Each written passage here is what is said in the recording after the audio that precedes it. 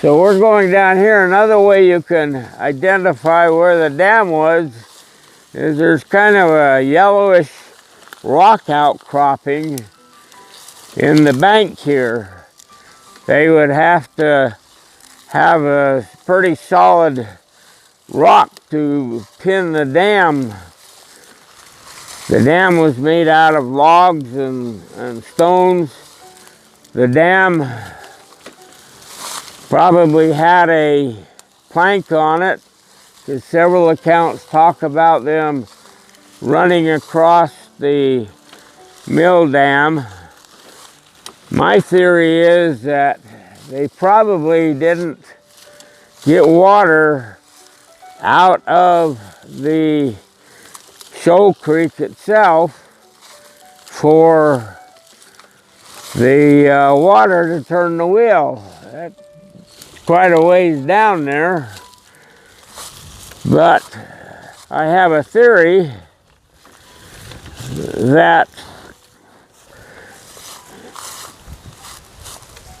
there is a creek called Flat Creek that comes off the hills over there to the northwest. When we drove in here, we crossed a bridge in a little creek. That is a improvement on Flat Creek to help keep it from flooding.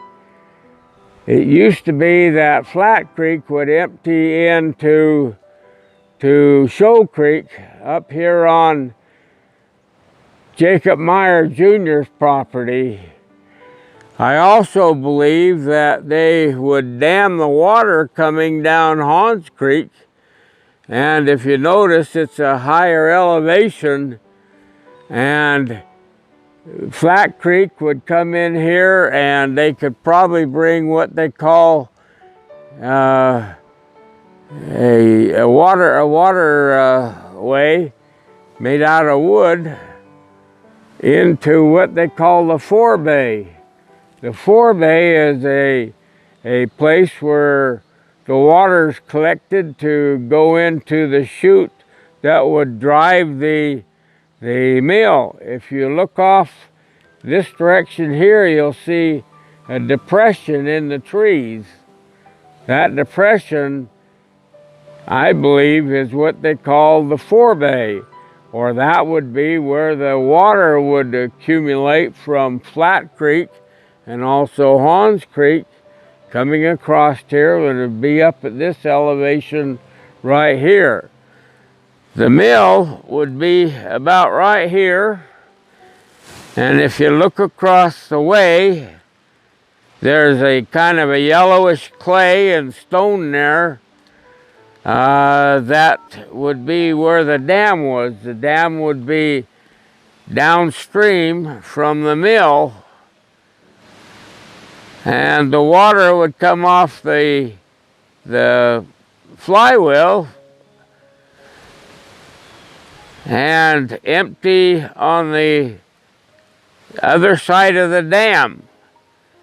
Now it's interesting, in 1988 there were some seminary students from Columbia, that would be the University of Missouri, that came here on a tour, and they found a face wheel, a large wheel made out of metal in the river that they gave to the church and is now at the Church Museum of History in Salt Lake City. The face wheel is thought to be where the buckets or the wooden paddles were located that would turn the millstones. So that was quite a find. So they've been able to find through the years the millstones, a couple millstones, and this face wheel, and who knows how many other artifacts have walked out of here and people have found. So this is where the dam was. The next place we'll show you is where they would cross. The shoal is a place where you can cross a creek. A shoal is a crossing. That's where it gets its name, Shoal Creek. Coming down off of Escape Hill is what they call the state highway. It came down and branched into two roads. One of them came down and would cross Shoal Creek here and was a major thoroughfare coming through Hawn's Mill going to Far West. You can still see the roadways. They're covered with trees, but they're still quite prominent, and you can pick up the wagon tracks with some wires. And on the other side of the hill, right over this, right about there, was Jacob Hawn's house.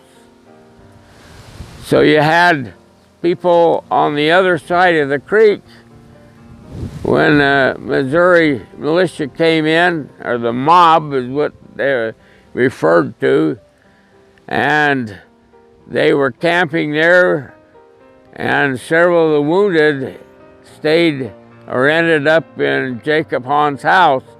It's right off of a cut in the road as you go up Escape Hill.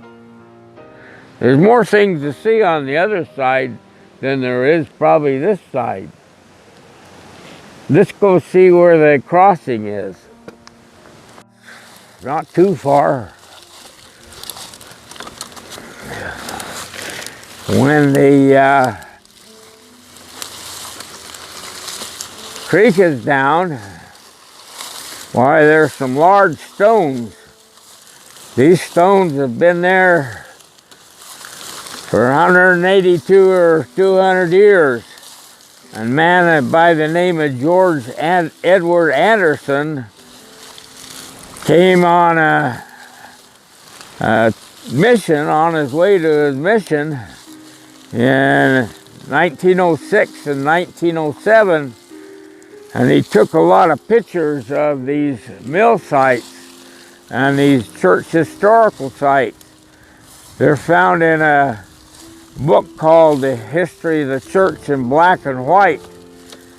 It's out of print now, and it's quite a valuable book, about $100 or more to get it. But I have these pictures that he took in 1907, and I have my own pictures that I've taken, and except for some erosion, maybe about 10 feet of erosion, this is just the same as it was in 1907.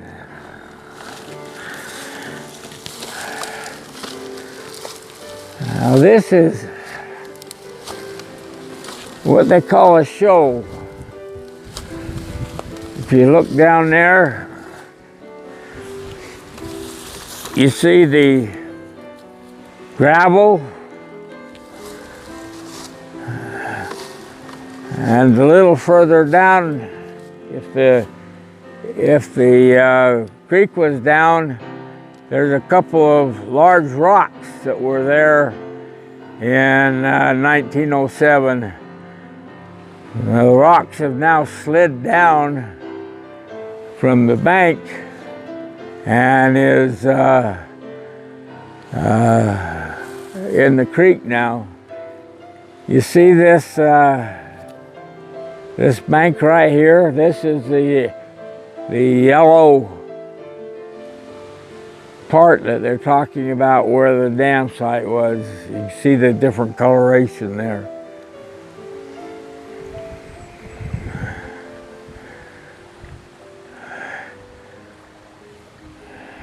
They say there's been a lot of change with the erosion, but I've projected pictures from over 100 years ago with pictures I've taken recently, and and it seems like it's maybe only moved maybe 10 or 15 feet.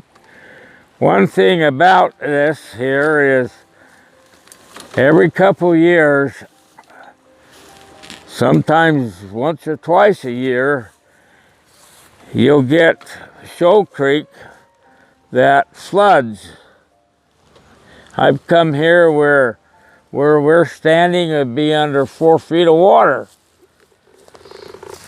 And comes out of its banks right up there, and it floods across here and floods down there, and it'll flood this whole area under a couple feet of water. And so as a result, the sediments over the years will add up. And I've got pictures of these trees right here where the water will hit the tree and it'll go around it and erode the dirt away and expose a watermark, so to speak, on these trees, these huge trees here. And I've got pictures of how deep the erosion is. When they did the digs out here, they would find that they had to go down 20, 24 inches to get down to the sediments where they could find artifacts. There used to be, before they made the improvements here, a teardrop out here where the buses could come in here and turn around. And they'd put gravel on it, and through the years, all that gravel became very hard. And unfortunately, all of that gravel and that parking lot was where all the village was and where all the artifacts were. And so I'm happy to see the church now has kept people out of the village. So if they ever do archaeological digs here anymore, why, they won't have to contend with the hard pack of the parking lot.